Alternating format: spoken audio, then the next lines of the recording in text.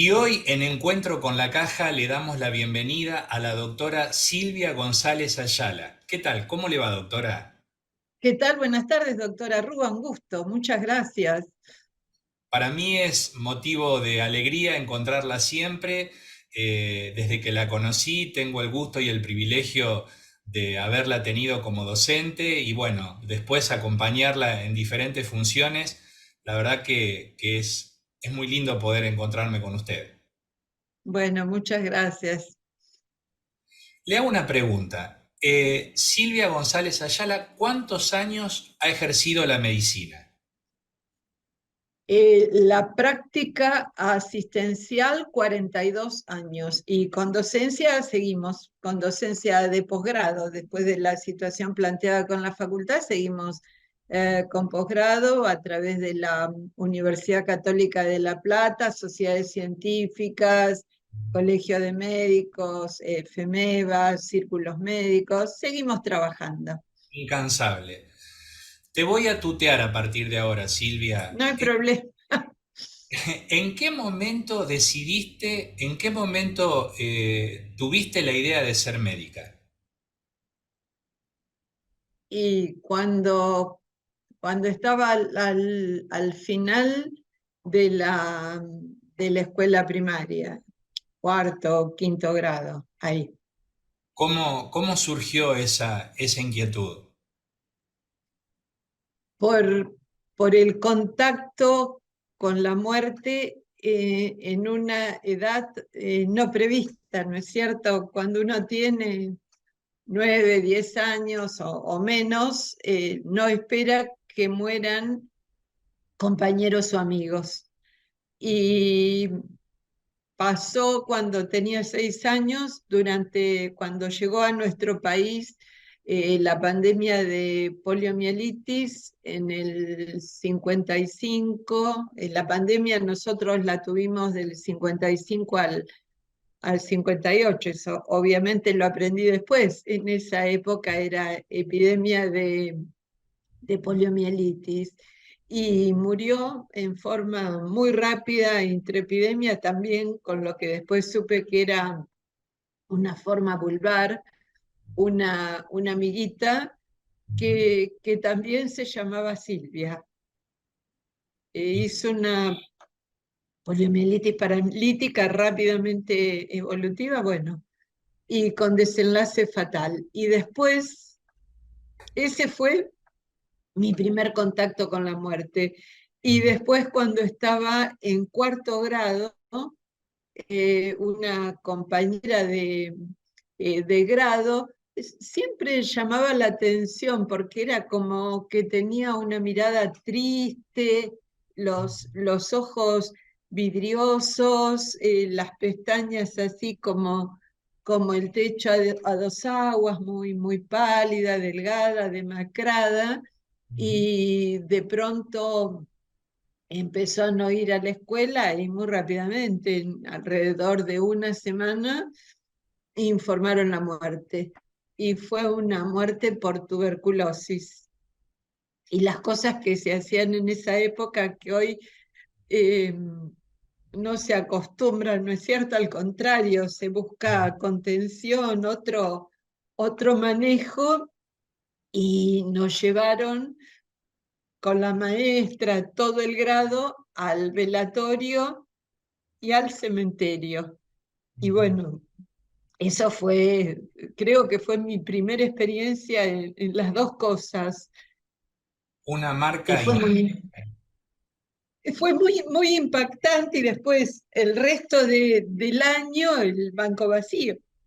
Claro, te entiendo. Bueno, Y ahí, ahí empezó, y también después no solo medicina, sino enfermedades infecciosas. claro, claro, porque justo casualmente pensaba en eso, o sea, mientras escuchaba tu relato, el hecho de que haya sido por causas de patología infecciosa ambas Sí, situaciones y bueno, sí, sí. forjaron, y en ningún Son momento, marcas, sí, son marcas.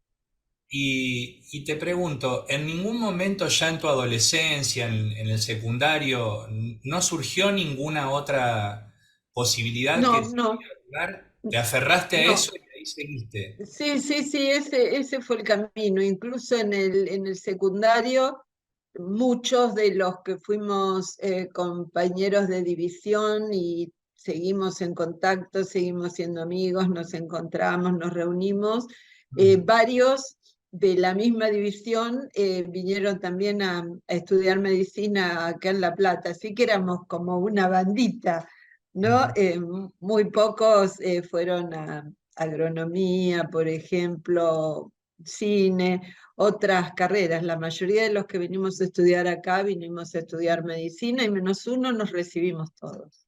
Y Y en los tiempos. bien, bien. Escúchame, en el trayecto dentro de lo que fue la facultad, con respecto a la especialidad, lo mismo, ¿tuviste marcado lo de la orientación hacia infecciosas o te gustaba Sí, alguna otra? sí, no, yo empecé a trabajar cuando estaba en el segundo año de la carrera en la cátedra de histología y embriología, que el profesor titular era el profesor Julián Echavellanos. Ujú, Eh, Era la época de oro, estamos hablando, yo ingresé a la facultad en el 67, eh, di todas las dos materias que teníamos en primer año, ¿no? Que eran anatomía, histología y embriología, y en abril del 68, cuando hubo un concurso en histología para ayudantes alumnos, ujú, ahí fue mi primer concurso, ahí concursé e ingresé. Y fue con la persona, con el profesor Julián Echavellanos, con el cual aprendí de manera muy, muy estricta lo que es la experimentación animal. Se trabajaba en trasplante hepático, en regeneración, era la línea de investigación, a escribir un trabajo científico y toda la metodología. De ahí hasta finales de los 70 fue, creo que la época de oro. Después se mantuvo en algunas ramas de investigación de la facultad, pero fue la época de oro porque ujú. la facultad estaba recién equipada por el Banco Interamericano de Desarrollo, había llegado el microscopio electrónico, aparatología, lo manejaba el profesor César Gómez Duna, el microscopio Claro. electrónico, y era la escuela de Husay. No nos olvidemos que en esos años eran Fernando. años de dictadura eh, y venían profesores de primera de Buenos Aires, el decano era el profesor Ricardo Rosendo Rodríguez, que era discípulo de Husay y que estaba en la cátedra de fisiología, ¿no es cierto? Nosotros probablemente haya sido de las últimas promociones que tuvimos maestros, porque también, por ejemplo, fuimos los últimos alumnos del profesor Lambre, que Ah, ya a mediados del 67 dejó la cátedra, se jubiló. ujú. Pero tuvimos, por ejemplo, farmacología con el profesor Litter. Claro, te entiendo. A Es Gómez Dulce decir, tuve el nosotros placer de conocerlo. tuvimos una formación realmente de oro y Tremendo. después, bueno, los maestros clínicos, en esa época, cuando empezamos en cuarto año el ciclo clínico, Ujú, eh, no, la cátedra de clínica que nos tocara y nos acompañaba los 3 años, cuarto, quinto y sexto, claro. estábamos en la misma cátedra, los mismos docentes, y nosotros, bueno, el grupo nos tocó con el profesor Fidel Chaposnik, también un Ah, clínico sí, de sembró fuste, ¿no algo es cierto? No, extraordinario. no, lo que hemos aprendido Ujú. y realmente uno, y después esa formación, es decir, como nos formamos nosotros, tratamos de sostenerlo, volcarlo, que, que, que aprendieran, que tuvieran garra, que lo hicieran con pasión, y ahora cuando uno ve la decadencia que es profunda y realmente nos tiene que preocupar y ocupar, porque lo que está pasando con las guardias, lo que está pasando con la calidad de atención, que una persona vaya y vuelva sorprendida, me revisó, caramba, eso además de una prolija anamnesis tiene que ser la rutina, revisar a la persona. Te entiendo. Ahí se desprenden algunas repreguntas que pretendo no perderme. Una que tiene que ver con los grandes maestros que estás mencionando. ¿Ellos fueron los que inculcaron tu amor por la docencia o la cuestión docente en vos ya estaba viva y se expresó en ese momento? Y debe haber sido una combinación, porque yo el secundario lo hice en el bachillerato, no hice magisterio como tenía compañeros Ujú, eh, que conocí acá que habían hecho magisterio y después, bueno, en esa época se daban las materias que correspondían para poder acceder a la facultad con el título de bachiller, pero no, fue una combinación. y la otra pregunta, ¿vos creés que es un déficit formativo hoy lo que está impactando Absolutamente, en la calidad? absolutamente. La decadencia de la facultad comenzó a mediados de los 90, cuando muy buenos docentes empezaron a irse de la facultad. Y bueno, cuando ya ahora, sobre el final, ¿no? Que accedan personas que tienen promedio por debajo de 4, para mí es inadmisible Mm, que accedan a la docencia.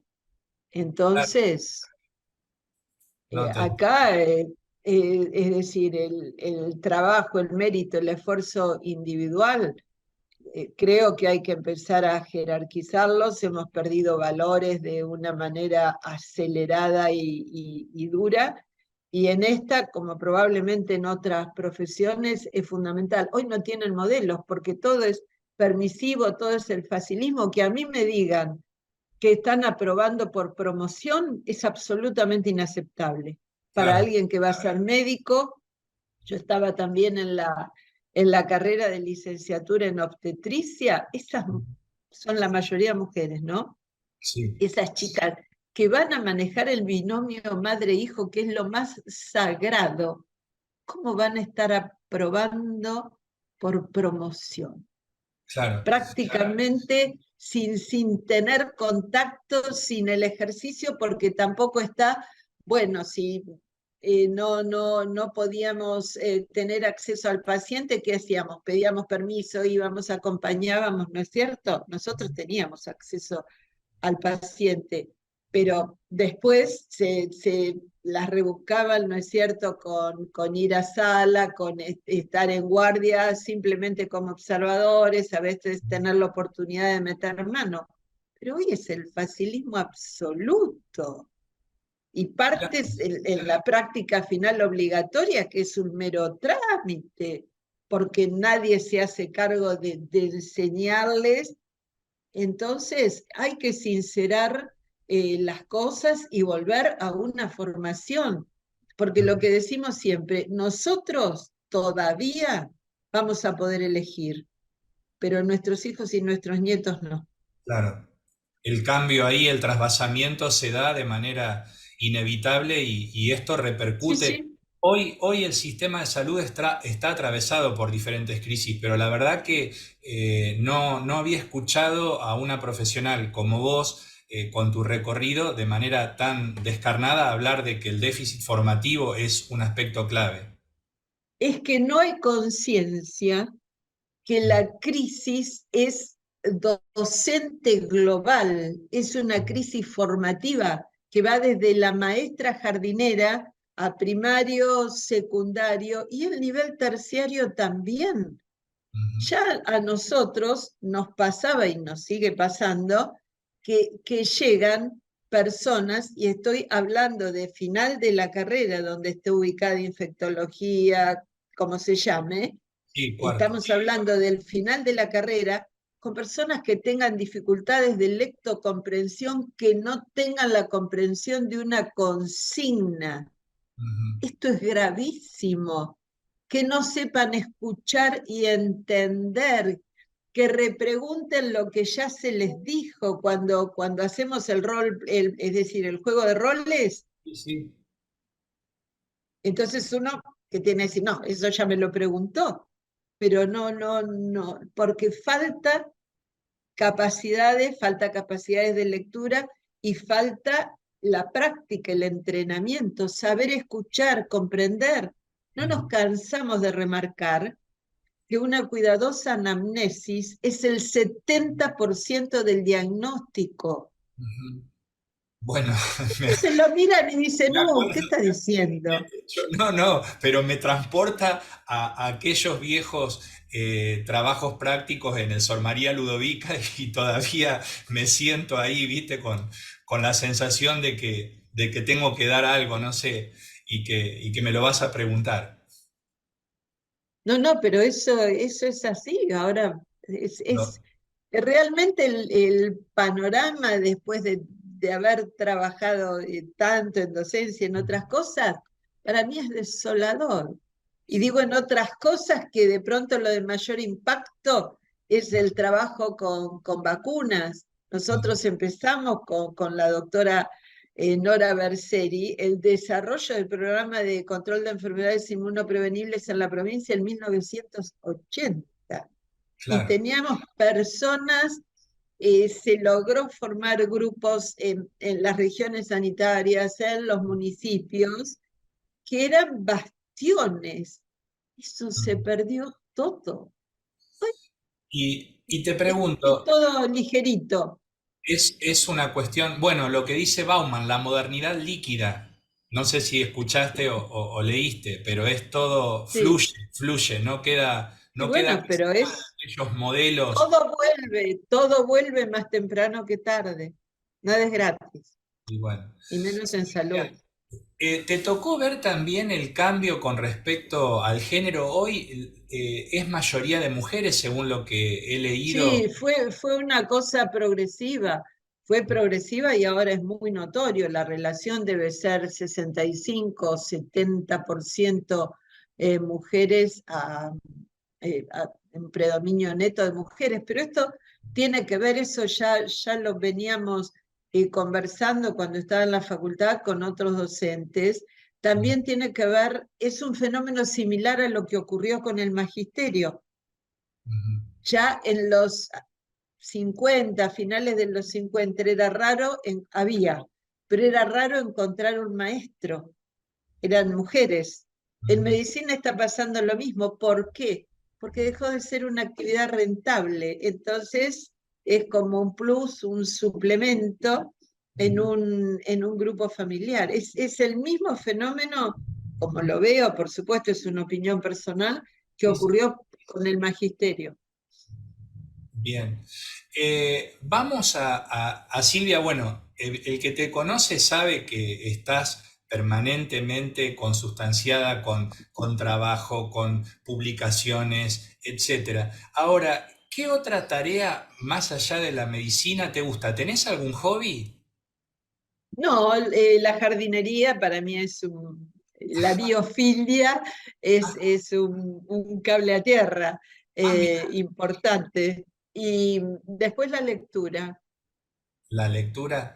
Y de Sí, sí, jardinería, sí. amplíame un poco más. ¿Tenés alguna cosa particular en jardinería en general? No, en la pandemia, la verdad que en la pandemia aprendí sobre suculentas, aparte de las plantas de jardín, aprendí con los esquejes a hacer los hijitos y eso, pero eso es como novedad. Después, por supuesto, hay algunas plantas con las que no tengo suerte, Hmm, como los conejitos, por ejemplo, que siempre mueren después de muchos. Me sentía una homicida de lavandas, logré tener una hermosa planta de lavanda. Bueno, esas cosas que pasan, me parece que mano verde no tengo. bien. ¿Y la lectura? Esperaba que viniera mi mamá para que me ayudara y eso venía hermoso, pero no conmigo. No hubo, no hubo. Escucha, No, y la lectura también, otra gran pasión, te define? sí, sí, no, confieso que cuando era adolescente y antes de la carrera leía muchísimo más. La medicina en ese sentido, si uno estudiamos continuamente, ¿no es cierto? Uno tiene que mantenerse actualizado, entonces comparando lo que leía cuando tenía 15, 16 años, ahora leo nada. porque realmente la presión en una especialidad como la nuestra es tremenda, porque los cambios son muy importantes de pronto en cosas conocidas, la reemergencia de enfermedades, las enfermedades nuevas. Esto, por ejemplo, que está pasando ahora, las encefalomielitis equinas, no Ujú, había desde 1988. Es decir, cuando yo me formé, este era un tema de una gran viróloga argentina que era reconocida mundialmente, Marta Sabatini, que ujú, estaba en lo que hoy se llama, antes era el Instituto de Virología de Córdoba en los 70, después se llamó Instituto Vanella, y ujú. en bueno, lo que era Pergamino, Sí. El actualmente el Julio Instituto de Maistegui, tantas veces. Enfermedades, claro, el Julio Maistegui de Pergamino. Marta, yo estudié con ella las encefalitis, las arbovirosis global. Ujú, Y ella pivoteaba entre Córdoba, ella es cordobesa, Sabatini, familia eh, de apellido ilustre en Córdoba. ujú, Ella pivoteaba entre Córdoba y el Instituto Maistegui. Yo fiebre hemorrágica argentina lo aprendí rotando en Pergamino con Julio Maistegui y Delia Enrías. Por eso seguí esa formación con personas de primera línea, virología con Julio Barrera Oro, ujú, que después emigró, Oscar Fay en Córdoba para las hepatitis, en ujú, Córdoba, perdón, en Rosario para las hepatitis, Alicia Farinati y José María Caselas, que fueron los que sacaron la bacteriología clínica del fondo del cartucho y le dieron jerarquía. Es ujú. decir, viví todo eso, Claro. cambios que han sido Modelos. claves. Lo que dijiste en el comienzo, son modelos, referentes y modelos, maestros entendiéndolo como que cada discípulo recogía lo mejor de ellos y era un Y orgullo lo seguir. iba aplicando en la medida de las posibilidades, pero es una cosa muy así. Volvemos, ¿no?, al concepto ese del dinamismo Ujú, y la necesidad de estar actualizados. Hoy quedan, por ejemplo, en el campo de la virología, quedan pocos referentes. ujú. Cecilia Freire en polio, Elsa Baumeister en virus respiratorios, pero es como que se va agotando. Por ahí no sé si está bien que te pregunte esto, pero bueno, dejando la cuestión de la autorreferencia de lado, ¿qué cosas te dejan orgullo de lo que fue tu carrera? Me refiero a dos o tres hitos que te hayas planteado y que los hayas podido lograr. No, que aprendieran, y Mm, una satisfacción enorme es cuando voy al interior, sobre todo lugares de la provincia de Buenos Aires, que es donde están dispersos mayormente los exalumnos de la facultad. Por ahí hay alguno en provincia, pero en general el norte está copado por Córdoba, ¿no? Córdoba también tuvo muchos egresados, después está la Universidad del Nordeste, todavía en Entre Ríos hay egresados de La Plata. Es el reconocimiento, porque todos dicen, nos tenía sumando, a veces en otros términos, ¿no? O, o el nivel de, o el nivel de exigencia, pero aprendimos. exacto. Y con aquellas promociones que les tocó lo que los estudiantes le llamaban la monografía, que para nosotros técnicamente, sí, ahí estamos, técnicamente era el trabajo de investigación bibliográfica, que era darles una herramienta que, como yo decía, no nos quedaba ancestro sin que lo recordaran. Después lo reconocen, dice, ¿cómo nos sirvió? Le digo, sí, y en el mientras tanto nos odiaban, porque era Escucha, así. escúchame, manejo de la gestante con toxoplasmosis adquirida aguda. Fue tu tema. Nunca más me lo olvidé. Bueno, pero ahí era la herramienta, que aprendieran cómo hacer la investigación bibliográfica, Me cómo marcó. escribir.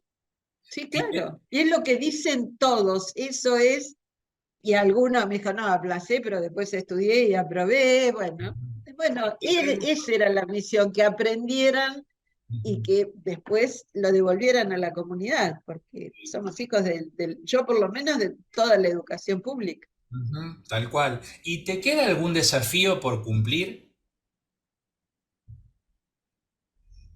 Y no sé, ahora es difícil. No, No, pero el no me desafío refiero a la es, docencia. ¿Tenés algo, algún hito que decir, bueno, me no, gustaría no, no, lograr no, esto para retirarme no, satisfecho? no, no. No, no, no, estoy satisfecha y agradecida inmensamente de las posibilidades que tuve en en la vida profesional y en la vida particular. Tengo mi hijo, tengo a mis nietos, tener salud y estar en condiciones creo que son los desafíos o los parámetros fundamentales. Bien. Silvia, agradeciendo tu gentileza y como para terminar te voy a pedir dos mensajes. Uno porque bueno, nuestra audiencia se compone de los beneficiarios de la Caja de Previsión y Seguro Médico, de tu edad o mayores, unas palabras para ellos. Y la otra es unas palabras para los médicos que recién comienzan. Bueno, para los colegas veteranos diríamos, ¿no? Que estamos en ese grupo. Bueno, y por cierto que hay muchos que lo hacen desde la caja, seguir trabajando